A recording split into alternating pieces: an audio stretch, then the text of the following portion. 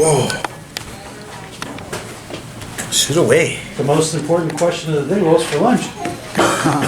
Oh, yeah, you know, I eat some sushi. Yeah, little sushi, yeah, it's my go-to. Try to stay in shape. So after, what do you think of the fight? Emmanuel Tagoe, 32-1, 32 wins in a row. Ryan Garcia, 21-0, 18 knockouts. Yeah, look, I mean, Tagoe had his first blemish in his career right off the gate. Pro debut, loses a fight, and then wins. You know, so look, I know these fighters that come from Ghana very well, and you know, we don't have to speak about Zuma Nelson and you know, Ike Corte, and you know, the list will go on and on, but it's gonna be very interesting to see how Ryan will react. How he'll react when Tagoe is right there in front of him and is not backing down. You know, the fighters from Ghana have tremendous conditioning, chin of granite. So it's a very interesting matchup. Ryan's comeback is no walk in the park. Do you see any juxtaposition with your fight with Ike Corte perhaps years ago, and how Tagoe might present just as equally of a tough fight? Do you think he might even be overlooked? I mean, I hope he's no Ike Corte, that's for sure. I mean, Jesus. I hope he's not, because then it's Ryan's in for a long night. But look, we don't know how Ryan's gonna react. We don't know how, you know, his head is, where it's gonna be at. We don't know if his right hand is gonna collapse on him. That's the interesting part about it. Against such a durable, strong, you know, fighter in Tagoe. So it's you know, I guess that's why everybody's so interested in it. You know, I mean, San Antonio's like, man, they're ready. They can't wait. How familiar were you with what was going on with Ryan mentally before the, you know, leading into that break, I guess? I wasn't really too familiar. Until we heard the news, and I understood it. Yeah, I understood it. I understood all the pressure and, you know, the pulling back and forth, and you know, all the pressure. It's a lot, especially for a young kid. You know, and with social media and everything, it's like the world is literally at your fingertips. You know, and you're listening to all these voices. You're listening to all these people from all walks of life. They're criticizing you. They're every step of the way. They're like watching you with a magnifying glass. So it can be a lot. Now boxing obviously, like, is a profession, right? Compared to like other, say, like compared to like what we do, it's Sure. really high pressure, right? Right. You're getting into, I mean, this is like combat, and Yeah. you're going in against somebody who's trained to do this, right? Sure. I'm guessing, right, what you guys go through, say, leading into a fight, for us would be like a major mental health crisis. So, I guess what I'm kind of curious is like, where does it, you know, up to what point of it is just kind of part of the job? And, you know, at what point does it kind of turn into, I guess, more of an issue? You know what I mean? Yeah, sure. I know what you mean. You know, that's the unique part about Ryan is that he's not only a fighter. You know, that people don't look at him as just a fighter. You know, and that's the pressure he has on his back. He's the next guy. He's the pretty boy. He's supposed to be carrying boxing on his shoulder after Canelo. He's, you know, and he's young, and he doesn't have the experience, and so it's a lot. I mean, I actually can't imagine myself if social media was around who knows how I would have handled it. So I think Ryan did the right thing. That's what you're supposed to do. Handle your business, handle your personal business. And unfortunately, his hand got injured. Kept him away for 15 months. But look, I strongly feel that, that he's back mentally and physically. I mean, that's like the Olympics obviously were like a high pressure thing. You had a lot of stuff thrown at you when you were young. Oh, yeah. I mean, when you see a guy having to kind of step away, does it raise any questions in your head? Like, is he mentally built for this? Yeah, you ask yourself questions. Is he ready? Can he handle the pressure? And keep in mind, it's a different pressure. It's a different pressure, than what we were dealing with back in the day. It's just a whole different pressure. You're now hearing voices from all over the world. And yeah, you can block anybody. You can turn off your phone, and you can not listen to. But in today's world with social media, you can't help but see what people are saying about you, and so it can have a pretty damaging effect. But I think Ryan has good family around him, and I think that's going to be key, is for him to just remind himself where he came from. Well, because at the same time, like at 23, right, the level of opposition that you were fighting was like much higher, too, right? I mean, does it concern you at all that it happened like at this stage? You know what I mean? Because it's one thing, I think, if you're going into like a mega fight or whatever, and you're kind of already an established champion, and okay, this is getting too much, I need to kind of step away. Sure. He's still like at the developmental stages, and I mean, if this is happening now, does it concern you at all that when the stakes really get raised, right, and now you're like a pay-per-view guy, and now you're, will he be able to handle that type of stuff? I really think that, on the contrary, I think this is gonna really help him to really like set the foundation and set the tone. It's like he'll have a solid foundation for the things to come.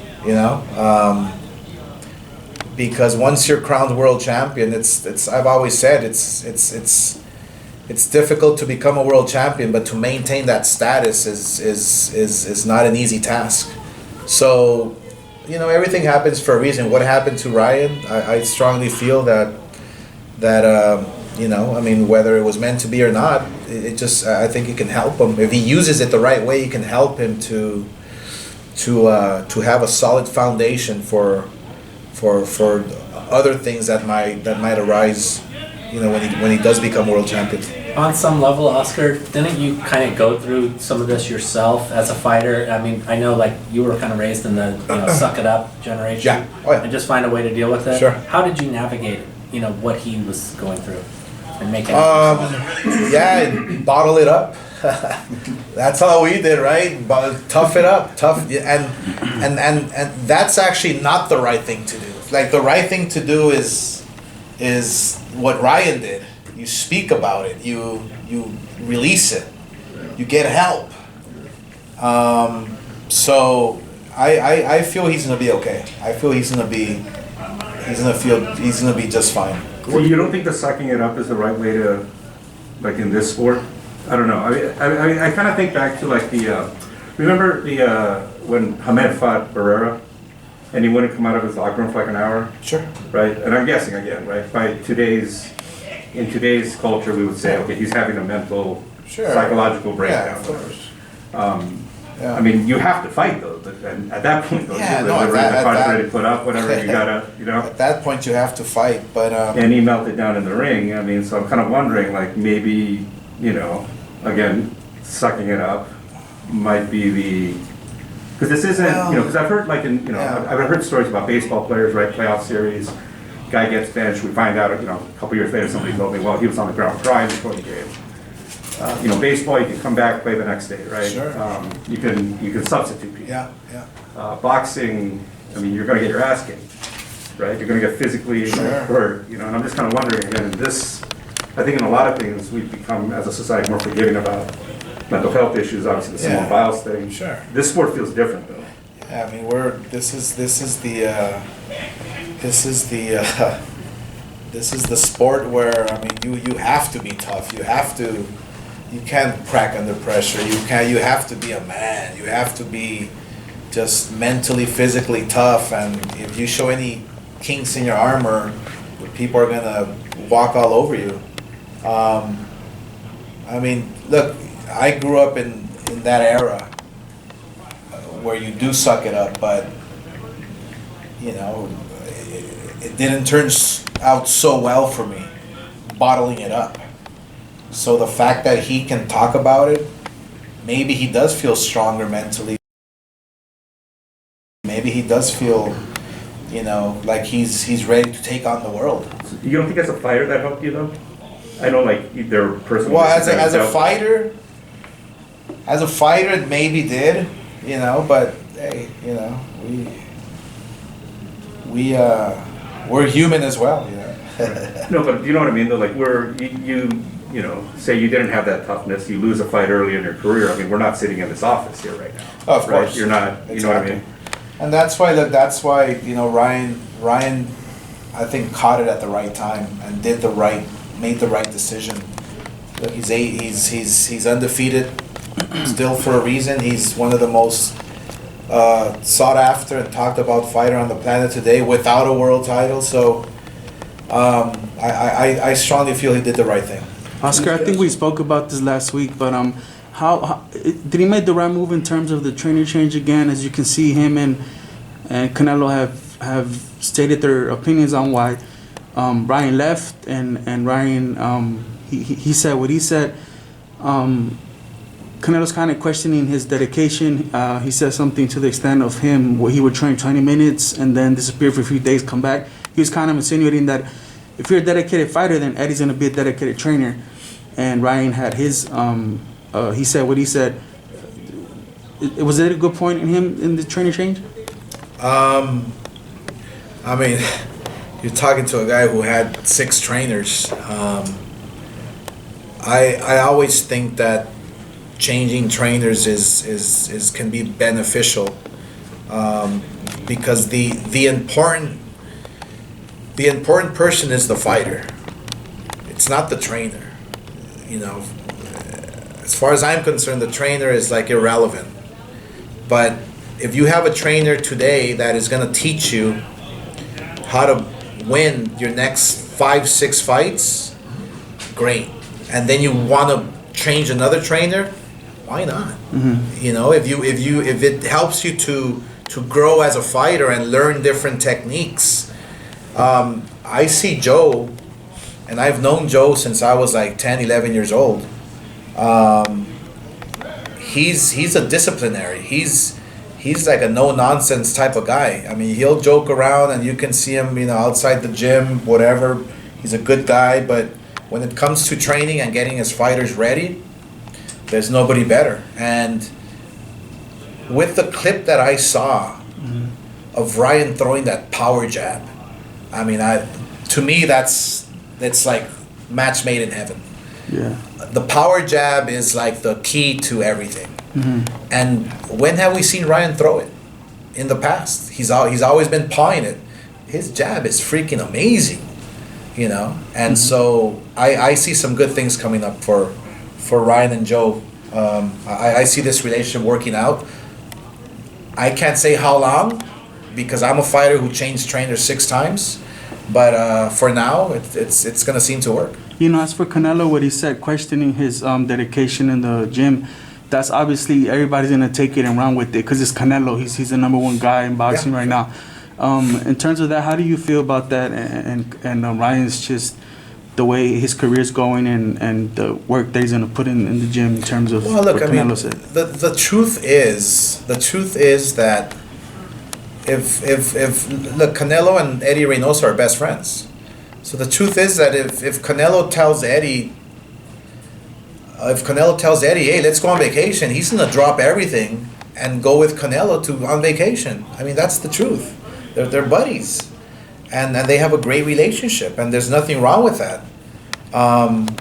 You know, Eddie has 4, 5 different or high-profile fighters that he's training. You know, the question is going to be, is he going to have enough time for everyone? when Canelo says, "Hey, drop everything. Let's go on vacation. Let's do something." That only time will tell. But look, everybody has their own path and their own story, and Ryan decided that he needed full-time attention, and I agree with him 1,000%. Can you remind us, are there any questions about his dedication? No, zero whatsoever. I've seen him work out harder than anyone in the gym. I've seen him be the first one there, the last one out. What he went through. I mean, millions of people went through, with this pandemic. So because he's famous and because he's the upcoming fighter and we expect a lot from him, like we can't really, it's really unfair to put all that pressure on him, So we feel that he's taking care of business. He's mentally getting ready and he's there, and so now he's back. Let's go. Were you involved in guiding him towards Joe at all, or was that just on his own? No, that was on his own. And I take you take that as a good sign. I loved it. I loved the fact that he picked Joe. Like I said, I know Joe for many years. He can be a hard ass, and that's exactly what a lot of fighters need. Yeah. You said yourself at the start that you're unsure what you're going to see from Ryan in the ring. What do you mean by that? I mean, how unsure are you? And don't you want to know as much as you possibly can know as his promoter? I've been away from the ring at the peak of my career. A year, I once broke my hand. I was out for a while. So what I want to see in training is his timing. That's it. If his timing is there, then it should not be a problem. But timing is the one that takes a while to come back, especially in a fight. So the first 3-4 rounds are going to be crucial, Is he going to question himself? Is he going to question his hand? The timing of his punches. I mean, he's going to be in great shape. He'll have a game plan. But he's going to need a few rounds to adapt and to adjust. And so a fighter like Tagoe, I mean, is he going to lend himself? Is he going to be tricky? Is he going to be difficult? I don't think it's going to be one of those like back and forth type of fights, like wars. It's going to be very strategic, Ryan just has to be ready. Are there times when you often share with him big brotherly advice? Yeah, I'll give him advice. Yeah, I'll give him advice sometimes, and he's asked for it, and we've talked, and I've always told him, look, I'm here for whatever you need. I have all the knowledge. You pick the subject. I have an answer. I've lived it. I've been through it. So, and he's been very good at listening and taking advice. Yeah. Oscar, as a promoter, obviously Tagoe's a big fight April 9th. Ryan takes care of business. Is Kambosos next? Is that the idea? I just spoke to Fox in Australia, and Kambosos is about to fight in Australia. He's right now the biggest thing in Australia. He's riding on the high horse, and he's like world champion. He's the best, and I'm sure he wants to fight the good fights, the big fights, and so we've been discussing with Lou DiBella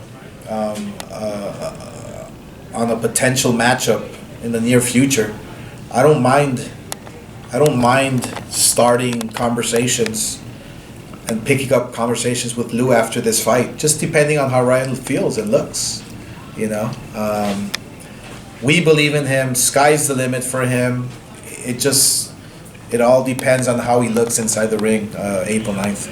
Oscar, Canelo yesterday said that, all the guys at 168 or 160, 175, they need to fight each other in order for him to choose who's the best opponent. Don't you think that needs to also happen at 135? When are we going to actually start seeing these fights actually happen? What's your message to all the fighters in the division? I mean, my message since I retired, has always been just fight each other.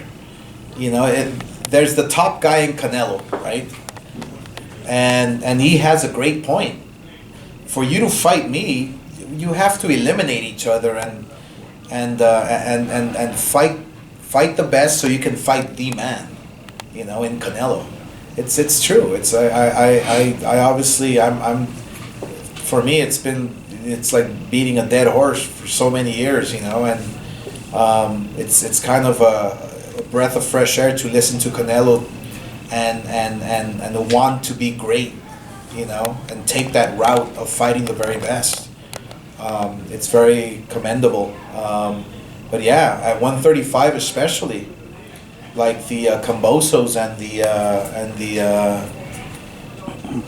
Garcias and Tank Davis and shit, let's make these fights happen. It's a matter of time, but you know, a promoter like myself, I want to see those fights now. You know, I want to see those fights now, and I know that Kambosos has the world title, and Tank Davis, you know, he's a champion that has proved many times over, and I'll tell you one thing: the guy, believe it or not, is Ryan Garcia. I mean, he is the guy. Without a title, with a title, in his young career, he is the man. Everybody wants to fight him, just like they want to fight Canelo. They all want to fight Ryan. So he's in a very interesting and position. He's in the driver's seat, and so you know, it's a matter of, like, for us to make sure that we get the right fights, that we get him the world title, the style that he wants.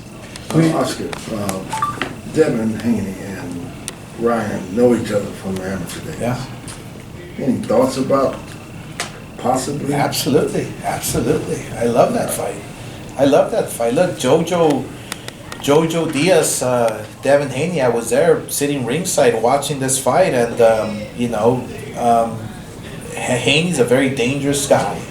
He's very skilled. There's a lot of history with Ryan Garcia. That fight there, yeah, I can see that fight being a major blockbuster fight in time. Yeah, absolutely. I like Kambosos for Ryan Garcia after this fight, if everything goes well. Why him most? Because he has all the belts, and it'll take Ryan Garcia straight to the top. Yeah. You know, because I have a plan. I have a plan of you know, I strongly feel that a Kambosos with Ryan Garcia next can be a major event in Vegas, but an even bigger event that is brewing can be against Haney or Tank. So I would love for Ryan to have all the titles first, and then unify. And so if the plan goes accordingly, you know, we can have back-to-back major events and make Ryan Garcia the guy in boxing next to Canelo. So, Oscar, a quick question in regard, you know, we're talking about the lightweight picture. It reminded me of Vasily Lomachenko, and of course the situation that's occurring in Ukraine right now. Yeah. Obviously, Vitaly Klitschko is another legendary fighter that was in your era. What are your thoughts of these valiant warriors and fighters who are in the battlefield right now protecting their country? yeah, I mean, guys like, first of all, Usyk and the Klitschko brothers and Lomachenko, you know, I mean, that they're very valiant, they're courageous young men who are going to fight for their country.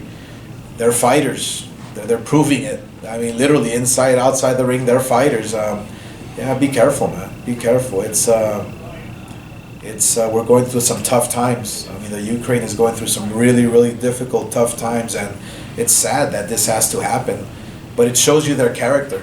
It shows you the fighter's mentality, the fighter's heart. You know, it's like they're willing to risk their lives for their country, for their family, for their friends, for strangers that they don't even know. I mean, it's very valiant, but they're the representation of what a fighter is. You know, they're the representation of what boxing is. We're a sport that we fight for each other. No matter what. So it's commendable, man. But just, you know, be careful out there. Could you imagine doing something like that? Fuck no. Jesus. Do you own any firearms? Huh? Have you ever shot a gun? I might have a slingshot from back in the days when I was a kid, but no, that's why it's like, wow. I mean, Their president, like that. yeah, like, the running around Klitschko's, with a yeah, big gun exactly. now, The right? Klitschko's are right there with, I mean, Yeah. I mean, who knows if, you know, when you're in the battle and you're, that's like, you want to defend your country and maybe, yeah, but it's like, shit, I mean, wow. Yeah. It's like, it's so much respect, you know, fighting for their country. It's like what they're doing is incredible. How does that affect the sport? It looks like Lomachenko from what they're saying, he's over there. He decided to defend his country in the front lines. This might not make him available for Kambosos next. Sure. It looks like there might still be negotiating with Devin or whatnot. I mean, it looks like this could be the opportunity for Ryan to really get the fight that you've been wanting from. That's the type of fight, Sure, right? and Kambosos is fighting soon. Kambosos is fighting in Australia, and once if everything goes well with Ryan, then I'm willing to sit down with Lou DiBella, and maybe possibly even flying over to Australia to watch Kambosos fight and support him, and hopefully we can strike a deal or something. But yeah, from the looks of it, I mean, Lomachenko, who knows what's gonna happen? You know, is he gonna be prepared on time? Is he gonna be able to you know, train and have a proper training camp? It's you just never know. Yeah. You just never know. Good. Yeah. Oh, dude, look like you. Come on, Be come on. careful right now. Be careful. I'm sharp right now. I know you, and I'm not. And I'm not. We were talking Kambosos. Oh, no. Yeah, that'll be a good fight. Come on, brother. Come on. I would love to. You ready to go to Australia, Ryan? Yeah, I mean, wherever I have to go, obviously, we get that fight. That would be good. We'll see what he does. I might go to Kambosos' fight in Australia. Start talking to Lou DiBella. Because the talks are that maybe Lomachenko, but with the current situation, who knows if he's going to be prepared or ready or have a proper training camp for that fight. So you know, hey, let's strike while the iron's hot with Ryan Garcia. I mean, getting past April 9th, first thing is first, but after that, let's say sky's the limit. Ryan, how do you feel about working with Joe Goossen now? Joe Goossen has had a lot of experience, you know. Obviously, he's been in the game for a while. He's taken, these are his words, a lot of people that kind of didn't really have a lot of talent, and he's taken them to a world champion level, you know, status. And, you know, he got to a guy in me that I got a lot of talent, and I got a lot, you know, a lot to give. And with the work ethic that obviously he has, I have, you know, sky's the limit. I think we're going to do great things. And he's old school, and I like old school. And I like the little tricks, the movement. I mean, I watch old school fights all the time, so it's a lot to like about Joe. That jab you're throwing is Yeah. You guys have Knockout, bonded yeah. a little bit as you've been working with him. Your Six. bond. Oh yeah. Well, we had a bond when I was 17. You know, it's like I get along with Joe because you know he's a character. When you start talking to him, he's a little funnier than you think, but he takes the shit serious. Yeah. You know what I mean? I mean, he don't mess around. I mean, You took him shopping. yeah. No, we went shopping together. I didn't take him shopping. He wouldn't let me pay for him. He's like, kids don't pay. Alright. Is there any denim left Hey, in he San does- Diego? No, there's no denim. He's bought the whole Macy's of denim. Ryan. You can show him a little style. Yeah. I tried to, but he's like, It's been a couple of weeks, Ryan. What's like the one thing he's already like showed you that you're taking and running with it and improving on? well, Joe, like I said, he's old school type of trainer. You know, always drilling the hands up and whatnot. You know, I bring what I bring, right? Explosion, killer instinct. I can't be in a dull fight. My mind don't let me be in it. You know, I just always want to push the pace and, land a good shot. So it's really just clean up technique, That's it. making sure Polish that you minimize the yeah. mistakes, and hopefully, things go well. But I know that I've still got the timing, still got the precision. Everything is good. Timing's everything. Yeah. Ryan, mentally right now, where are you, and like how different is the place you are mentally right now compared to where you were, when you took the break? Boxing wise, pretty much same thing. I'm hungry. I've always been hungry to become the best, and I'm much more competitive than people realize. And I like to go the extra mile. Now, outside the ring, that's where it really was the issues. And me taking my break was for my own personal reasons. And it's been good because I've matured, and you kind of learn what you need to minimize in your outside life, so it doesn't affect your inside the ring. Because everybody knows boxing is probably 85% mental. Oh yeah. So I feel good, and it was a hard year to endure with all the people talking their mess and having opinions on me and whatnot. But I think it's gonna be worth it one day, because kids obviously look up to me, and people come up to me all the time saying you saved my life, and the things you said really helped me come out and speak on my problems. So I think at the end of the day it'll be a good thing. What was it that you needed to get away from? Not that I needed to get away from. I just needed to really take a step back because my anxiety was building up, and anybody who knows, what anxiety actually is, it's not just like I'm nervous. It's not that I'm nervous or, or I can't fight 'cause I'm scared. You know what I mean? That wasn't the issue. It was deeper than that, but yeah, I've already handled that, so it's kind of. All right, guys, I have to pull Oscar. Any last questions for Oscar before he goes? Oscar, really quick, tell me about the $2 million donation. The $2 million, $2 million peso donation you Yeah. gave. For Chavez? Yeah, how was that? Yeah, he's my boy. He's always gonna be my compadre, man. He's what he's doing, and for families, kids out there in Mexico, Tijuana, it's like that's the least I can do for his foundation. Yeah, yeah. Thank We're you, guys. we're like this, man. So. Thank you. We'll leave you with Ryan. I like to hear Okay? Hey, I'm trying Stop to be playing, man. I got my girl that's like brushing me up here. Hey, she's showing you the tricks. Right.